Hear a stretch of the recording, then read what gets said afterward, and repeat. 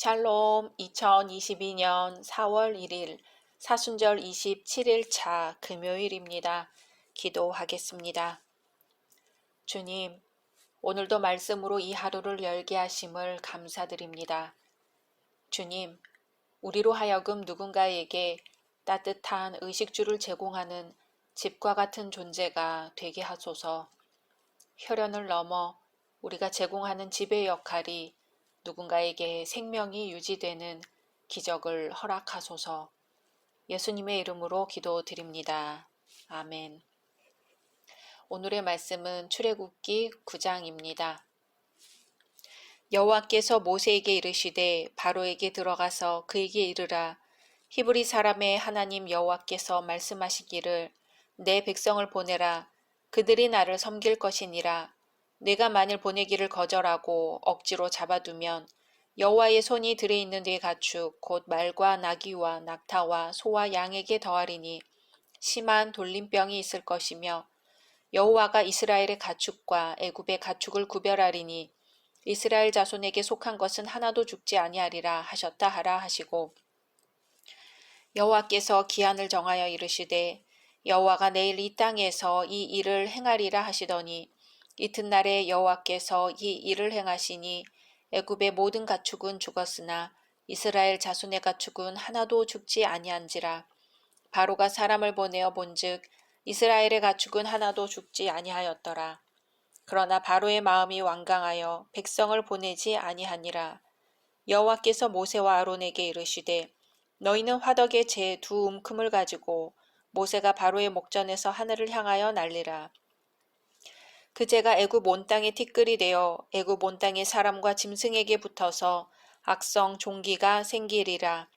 그들이 화덕의 재를 가지고 바로 앞에 서서 모세가 하늘을 향하여 날리니 사람과 짐승에게 붙어 악성 종기가 생기고 요술사들도 악성 종기로 말미암아 모세 앞에 서지 못하니 악성 종기가 요술사들로부터 애굽 모든 사람에게 생겼음이라. 그러나 여호와께서 바로의 마음을 완악하게 하셨으므로 그들의 말을 듣지 아니하였으니 여호와께서 모세에게 말씀하신과 같더라. 여호와께서 모세에게 이르시되 아침에 일찍이 일어나 바로 앞에 서서 그에게 이르기를 히브리 사람의 하나님 여호와의 말씀에 내 백성을 보내라. 그들이 나를 섬길 것이니라. 내가 이번에는 모든 재앙을 너와 네 신하와 네 백성에게 내려 온 천하에 나와 같은 자가 없음을 네가 알게 하리라. 내가 손을 펴서 돌림병으로 너와 네 백성을 쳤더라면 네가 세상에서 끊어졌을 것이나 내가 너를 세웠음은 나의 능력을 네게 보이고 내 이름이 온 천하에 전파되게 하려 하였음이니라. 네가 여전히 내 백성 앞에 교만하여 그들을 보내지 아니하느냐. 내일 이맘때면 내가 무거운 우박을 내리리니 애굽 나라가 세워진 그 날로부터 지금까지 그와 같은 일이 없었더라. 이제 사람을 보내어 네 가축과 내 들에 있는 것을 다 모으라. 사람이나 짐승이나 무릇 들에 있어서 집에 돌아오지 않는 것들에게는 우박이 그 위에 내리리니 그것들이 죽으리라 하셨다 하라 하시니라. 바로의 신하 중에 여호와의 말씀을 두려워하는 자들은 그 종들과 가축을 집으로 피하여 들였으나 여호와의 말씀을 마음에 두지 아니하는 사람은 그의 종들과 가축을 들에 그대로 두었더라.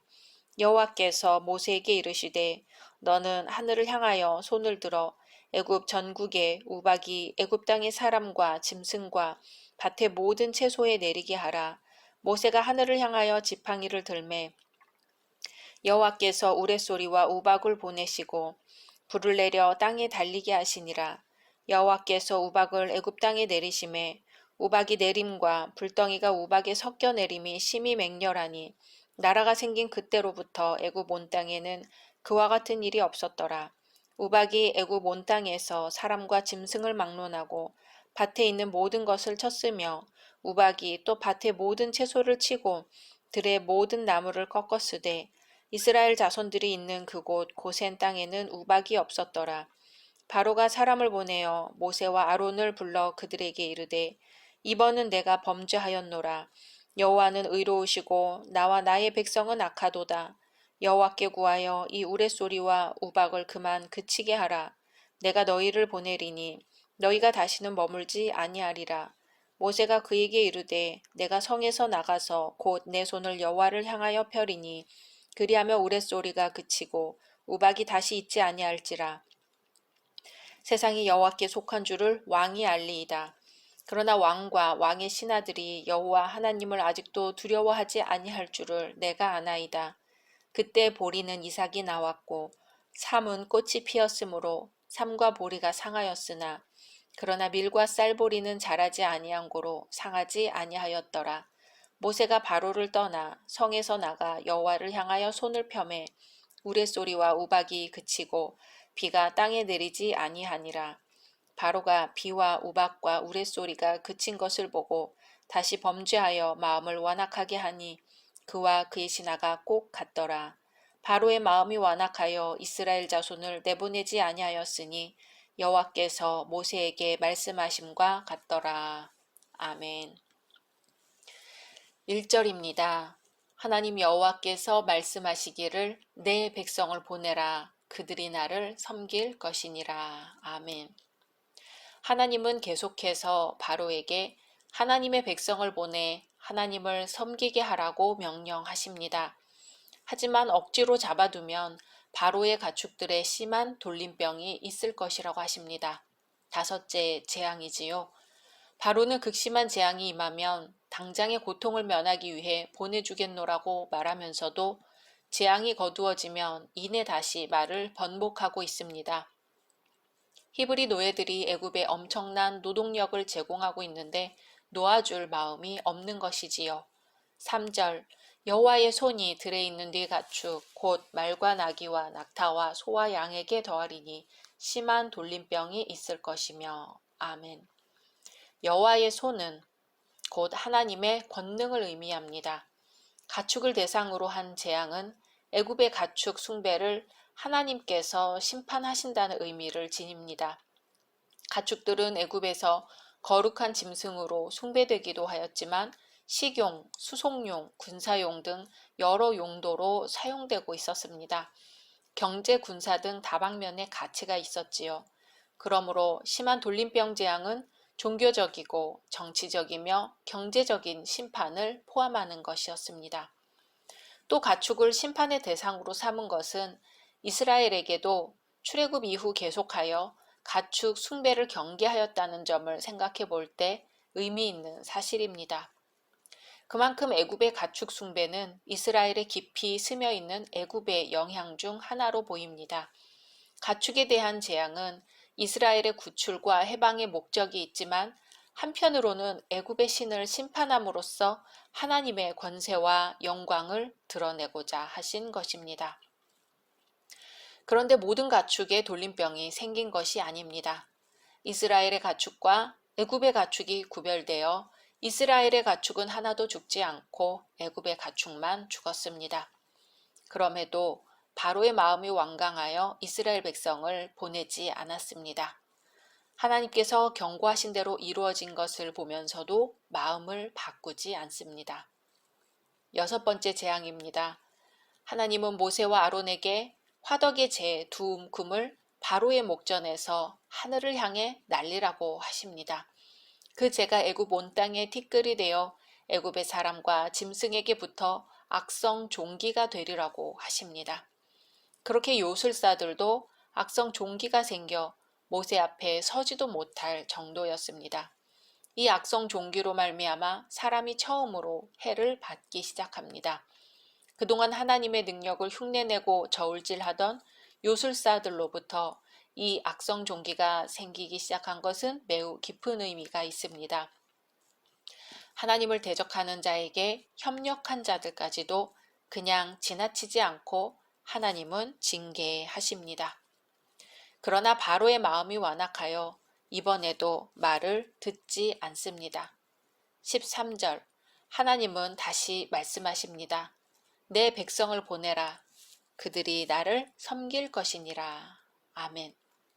하나님께서 이번에도 말을 듣지 않는다면 일곱 번째로 우박재앙을 내리실 것이라고 말씀하십니다. 14절에 보면 재앙의 대상이 나옵니다. 너와 네 신하와 네 백성에게 내려. 아멘. 여기서 너가 가리키는 것은 바로의 마음, 히브리어로 리베카입니다. 재앙의 대상으로 가장 먼저 언급된 것은 바로의 마음입니다. 애굽의 제1인자요 신으로 군림하는 바로 왕으로 하여금 하나님의 절대 위엄과 주권을 깨닫게 하시겠다는 것입니다. 하나님께서는 심한 돌림병을 가축에게만 생기게 하고 사람에게는 생기게 하지 않았는데 만약 바로와 백성에게도 생기게 했다면 모두 죽었을 것이라는 것을 강조하십니다.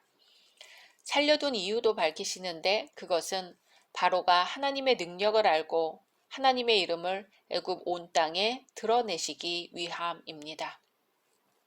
그리고 이제 우박재앙이 임할 것임을 말씀하십니다. 그리고 들에 있는 가축이든 사람이든 집에 돌아와야 살 것이라고 말씀하십니다. 바로의 신하 중 여호와의 말씀을 두려워하는 자들은 그 종들과 가축으로 집으로 들여 피하게 하였습니다. 하지만 여호와의 말씀을 마음에 두지 아니하는 사람은 종들과 가축을 그냥 들에 두었습니다. 하나님은 애굽인에게도 보호받고 피할 기회를 주셨습니다. 모세가 하늘을 향하여 지팡이를 들었더니 이제 우박이 쏟아집니다. 우박만 내리는 것이 아니고 불덩이가 우박에 섞여 내립니다. 여호와께서 우레소리와 우박과 불을 내려 땅에 달리게 하십니다. 하나님이 보내신 우박 재앙의 강력한 위력으로 참담한 결과가 생깁니다. 들에 있던 것은 사람이든 짐승이든 식물이든 모두가 죽거나 초토화되었습니다. 하나님의 경고의 말씀에 귀를 기울인 자들은 이 재앙에서 살아남았습니다. 27절입니다. 바로가 사람을 보내어 모세와 아론을 불러 그들에게 이르되 이번은 내가 범죄하였노라. 여호와는 의로우시고 나와 나의 백성은 악하도다. 아멘. 바로가 처음으로 자신의 잘못을 시인합니다. 그러나 진심은 아니었습니다. 역시 급박한 심정에서 궁지를 벗어나려고 얕은 꾀를 부리는 것이지요. 바로는 재앙을 처리받기 위해 모세와 아론에게 기도를 부탁하고 이스라엘의 해방을 약속합니다. 그러나 모세가 알고 있었던 것과 같이 바로와 그의 신하는 우박과 뇌성이 그친 것을 보고 다시 마음을 완악히 하여 약속을 번복합니다. 이스라엘 자손을 내보내지 않습니다. 하나님은 애굽 온 땅을 한 번에 초토화시킬 수 있었습니다. 하지만 범죄자 바로 왕에게 진노의 심판을 피할 수 있는 길을 마련해 주셨지요. 우박 재앙이 임하기 전 들에 있는 모든 가축과 사람을 집 안으로 끌어들이라고 하셨습니다. 순종한 사람들은 생명을 보존할 수 있었지요. 하나님께서는 큰 진노 중에도 긍휼을 잊지 않으시는 분입니다. 바로는 자신에게 주신 긍휼의 기회를 놓쳐서 스스로 자멸의 길을 자초합니다. 오늘 우리에게 주어진 생명의 시간을 헛되이 써버린다면 우리가 바로와 다를 바가 무엇일까요? 지금이 은혜 받을 만한 때요, 구원의 날입니다. 그리스도께서 우리를 위하여 십자가를 지셨건만 우리는 주께서 베풀어 주신 은혜의 시간을 헛되이 버리는 일이 너무도 많습니다. 우리는 지금 이 순간 결단하고 은혜의 자리에 순종으로 서야 할 것입니다. 각자 말씀 묵상하신 후 주기도문으로 마치겠습니다.